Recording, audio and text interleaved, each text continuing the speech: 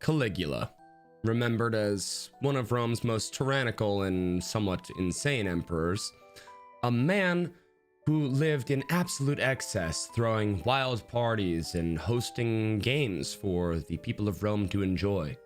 Gaius Julius Caesar Germanicus, fondly remembered as Caligula, which, mind you, I believe translates into little boots, was many things in history, though sane was probably not one of them. We remember him typically for his ego and brutality, but let's take a look in history and see what that ego, brutality, and insanity led to, because some of it was really funny. Caligula treated his horse like a human being. And what I mean by this is the horse was to dine with him, drink with him, was given his own mansion with his own set of slaves. And those slaves were forced to obey the horse's every command, which I don't know how. He believed himself to be a god and therefore wanted many statues to have their heads chopped off, so then his head could be put there in their stead. He even attempted to do this, offending many people at the time, at the temple in Jerusalem. He led a war against the god of the ocean by ordering his men to stab the English Channel with their spears.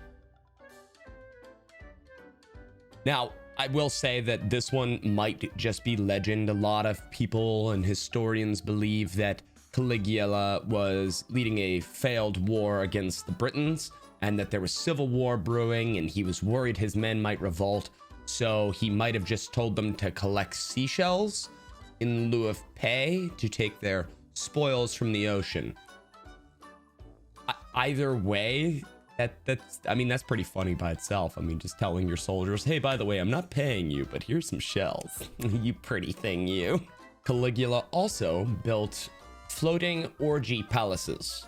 Now, these were boats with the purpose of hosting lavish parties where people would drink in excess, pretty much have sex with everybody.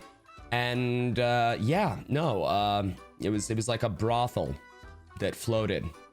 Now, mind you, Caligula would also order the noblemen to bring their wives onto the ships, so then he may partake in their beauty and bodies, for reasons. The man just liked to mess around.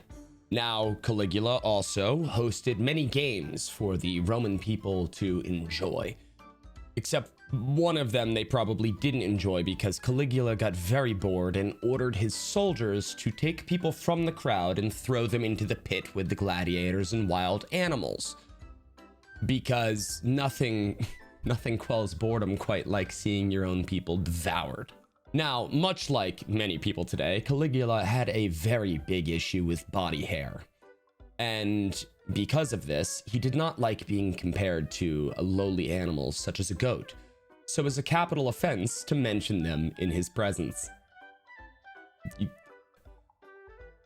You know what? He probably didn't go to Starbucks to get his goat milk latte. Let's just be real.